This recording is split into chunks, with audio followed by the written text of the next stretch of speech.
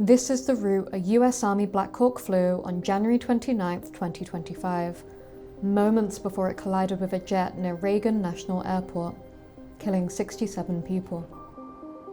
A horizon dotted with lights, inbound planes seeming to hang just above the skyline, and a field of vision that narrows through night vision goggles. In the years since, investigators have been trying to understand what happened. One possible factor is the bright skyline around the airport. The National Transportation Safety Board has been looking into whether those lights could have made it more difficult for the helicopter crew to track the plane, and whether night vision goggles the crew is believed to have been using could have made it even trickier. Flying through the DC area, it would be an increased risk because of the cultural light that could negatively impact a pilot's ability to see other aircraft. An aircraft coming at you does not appear to move in the visual field. Well, neither does a star and neither does a building. For months, my colleagues and I at the Washington Post have been working to recreate the view from the helicopter cockpit and the light conditions the crew encountered. To do this, we flew a drone along the same route the helicopter took that night and recorded the city lights. Next, we attached night vision goggles to a camera and filmed planes from a rooftop as they approached the same runway the jet was approaching before the crash. And we want the runway 33, and it looks like it's happening for us. We created a 3D model of the airspace.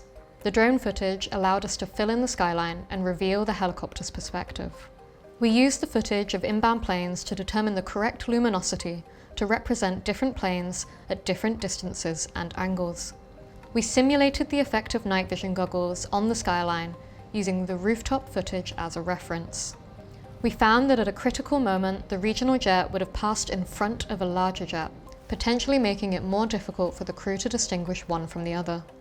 At other times, the lights on the larger jet would have appeared brighter and potentially easier for the crew to see. As the regional jet neared the runway, its lights would have appeared only slightly above the glow of the skyline. We showed our reconstruction to 3 Black Hawk helicopter pilots who have flown the same route using night vision goggles. They agreed it accurately shows what it looks like to fly near Reagan National at night, a task they said is even more complex than can be captured in any simulation. Flying in cities does make it more complex, night vision or no night vision, because there's just a lot of lights. It's really easy to lose an aircraft in the ground lights. On the night of January 29th, the Army helicopter was flying over the tidal basin on a routine pilot evaluation. The American airline CRJ was approaching from the opposite direction, over the Potomac River. At 8:46 p.m., about 2 minutes before impact, air traffic control alerts the helicopter to the presence of the CRJ. Traffic just off the workspace CRJ at 1,000 north speed, start runway 3. At this moment, the 2 aircraft are about 7 miles apart. Behind the CRJ, a larger Airbus is approaching to land at runway 1, the primary runway. From the helicopter's location, these 2 planes appear to almost overlap, providing an opportunity for one to be mistaken for the other. Footage we recorded from the rooftop shows how 2 jets coming in for a landing at Reagan appear as a single bright orb for several seconds. Also at this key moment in the tower's communication, the word circling, a word that indicated the path the CRJ would take on approach, may not have been audible to pilots, according to NTSB documents. The helicopter, which has a call sign of PAT 25, responds by requesting visual separation, meaning that it sees the CRJ and will take steps to avoid it. Scout has a traffic site request visual separation. Because runway 1 is used the vast majority of the time, pilots told the NTSB that they would have been primed to look for planes landing there, rather than on the runway 33 approach, which is used for smaller jets when the airport is congested. Pilots pay the closest attention to what's happening in front of them, and night vision goggles narrow their field of vision. To see peripheral areas, they have to continuously scan from side to side. It's from this location where the helicopter was 90 seconds before the crash that the FAA allowed us to begin our drone flight. We did this night vision simulation for 6 other locations on the helicopter's path, locations that correspond to pings in the Black Hawk's flight data. While the CRJ is approaching the bright lights of the skyline, the larger Airbus is flying over the dark river. Despite being farther away, the Airbus appears brighter at times because its landing lights are more powerful, and at certain moments it is angled more towards the helicopter. The halo surrounding the CRJ appears close to the lights of the National Harbour, the bustling entertainment district on the Maryland shore.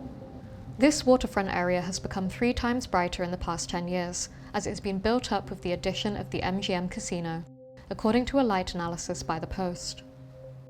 Pilots told the NTSB that the bright lights and tall buildings add to the complexity of flying in this area. The final location on the route of our drone flight is where the helicopter was around 30 seconds before the crash. The CRJ is about to turn and descend low over the river to runway 33. 17 seconds before the collision, air traffic control advises the helicopter to pass behind the CRJ. S25, CRJ in flight. S25, pass behind the CRJ. But the transmission was stepped on, meaning that the crew tried to send a message at the same time as the tower, interfering with the radio signal. As a result, the words "pass behind" were not audible in the helicopter cockpit. The helicopter crew responds. This club has a aircraft inside pressure separation. The helicopter is too high, more than 75 feet above its 200-foot ceiling. The instructor tells the pilot to fly to the left, towards the Washington bank of the Potomac. "All right, kind of come left for me, ma'am." "I think that's why he's asking," the instructor says, according to a transcript of audio from the cockpit. "We're kind of out towards the middle." Seconds later, a fireball appears over the river. Air traffic controllers gasp. Yep, we saw it.